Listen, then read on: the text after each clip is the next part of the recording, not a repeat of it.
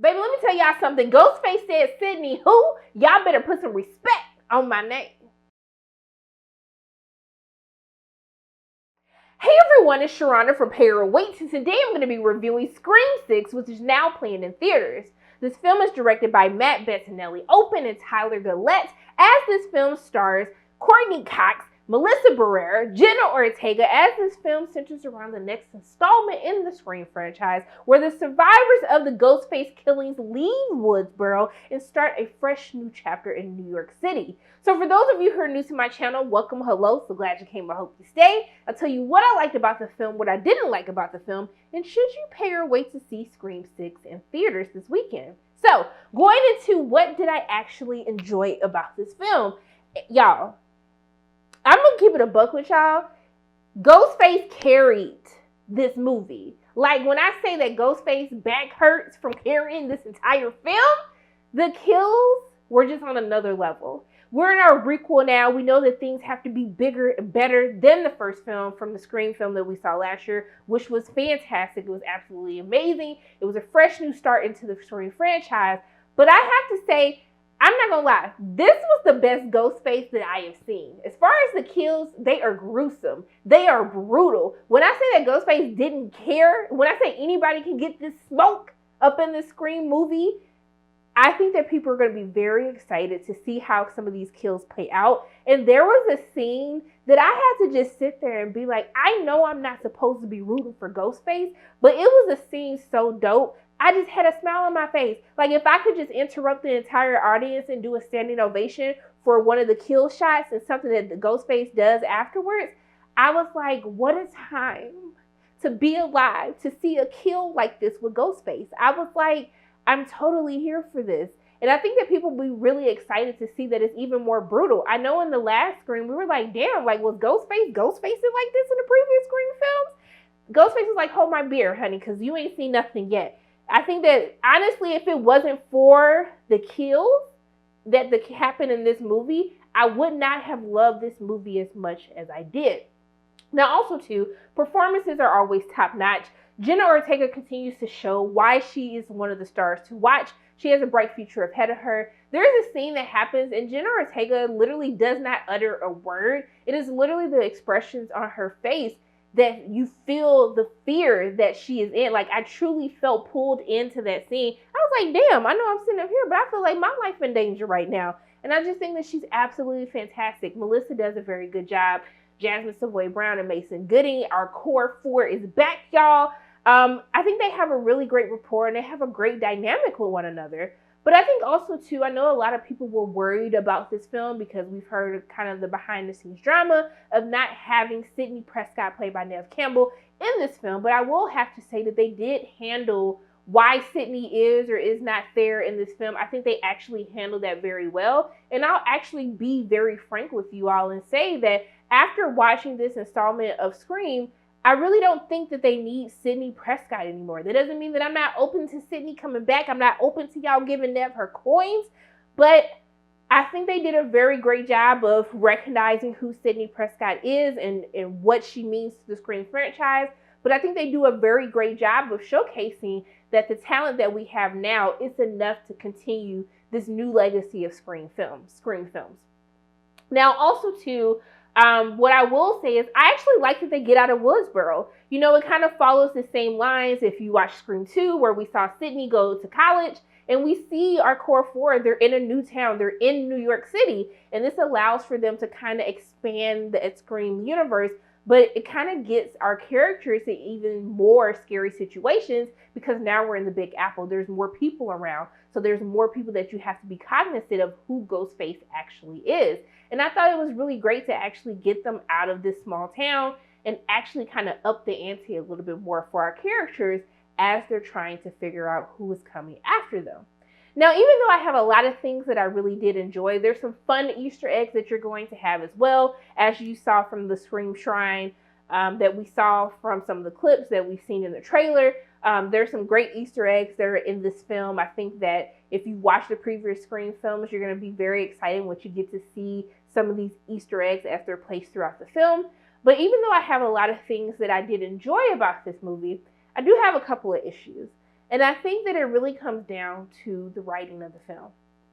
And for a movie, the biggest thing about this kind of reboot of Scream is it's this movie that's fully aware of what it is, what it's trying to do, and how it's trying to kind of rewrite these tropes that we've previously seen in the horror genre, especially within the earlier Scream film installments. They're very aware of some of those tropes that the movies fell into.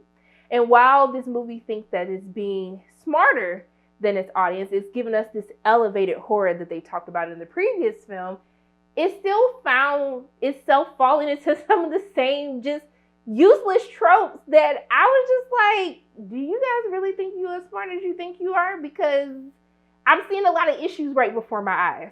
There's a lot of plot holes that happen, especially within the first act of the film. I will say the first half of the film is very slow from a pacing standpoint. It is until we kind of get to that midway mark that things actually start happening, and I actually got invested. I'm not going to lie to you, if it was outside of those kills, I was kind of bored with the first half. The first half, I was like, y'all didn't hype this film up. Y'all talked this film up too much. I don't know if I can trust y'all. But I will say that the second half totally saves the film from being a flop.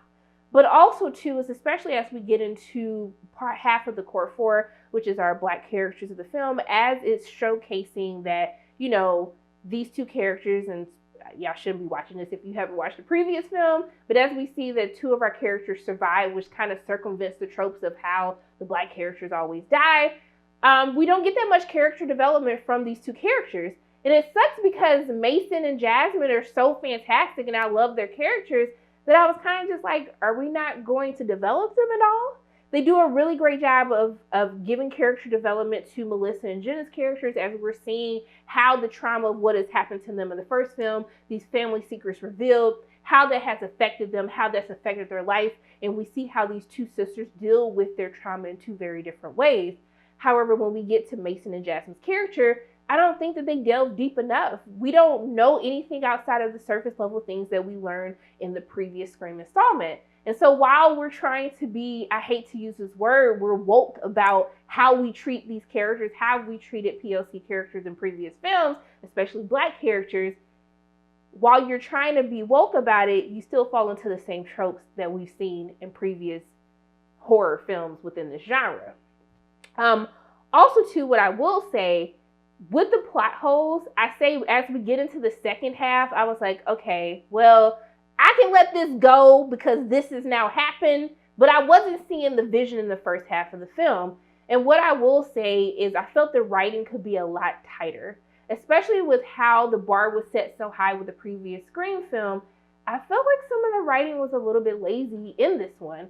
As we get into the reveal of who Ghostface is and we get the backstory into that, I was excited about it. I was here for it. Now we're going to talk a little bit more in the spoiler review that I have for this about where I can actually see the franchise going.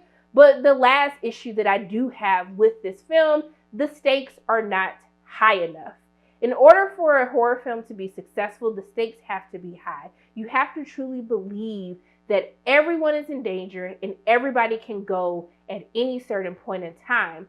And I think even with the kills that we do have in this film, I felt that they could have actually pushed it further than what they actually did. I can't go in depth with it because I don't want to give any spoilers away. But as I said, as we get into our cocktails with Sharana, we do our little bloody bramble for Scream. I'll talk a little bit more about what I mean about that. I'm sorry that I have to be vague. I just want to protect everybody's viewing experience.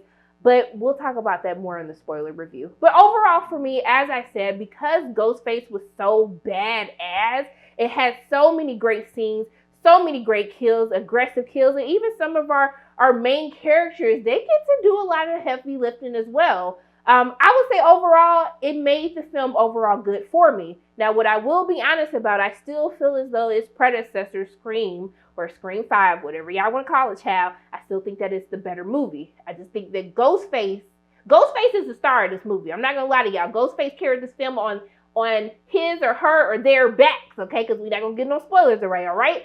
But overall, I enjoyed the film. I think everybody would have a really great time with it. There is an end credit scene. It is nothing that can't nobody tell you what it was. You don't really need to stay. It's like 0.5 seconds. But I'm just letting y'all know in case you want to know what it is. But what I would tell you to do with you and your coins for Scream 6, I would tell y'all to pay to go see see it, okay? You're going to get a good little horror film, okay? You're going to get a couple of good jump scares, all right? You're going to get some scenes with Ghostface that, like, it's going to have you rooting for the killer. I'm just saying, it's going to have you rooting for the killer. You're going to have, like, a proud mama moment, like, that ish was so dope what that person did right there, okay? It's going to give you all your life, okay? So if you want to have a good time, get some good acting, get some good kills, some brutal kills, some gory kills, a lot of blood. Go ahead and spend your coins and go see this in theaters, okay? Don't say I didn't tell you what to do, honey. But those are my thoughts on Scream 6. As always, my name is Sharonda from payorwait, and if you like what you saw today, make sure you hit the like button, hit subscribe, share this video with your friends, and make sure you hit the notification bell. And I love you guys 3000. And until I see you again, bye.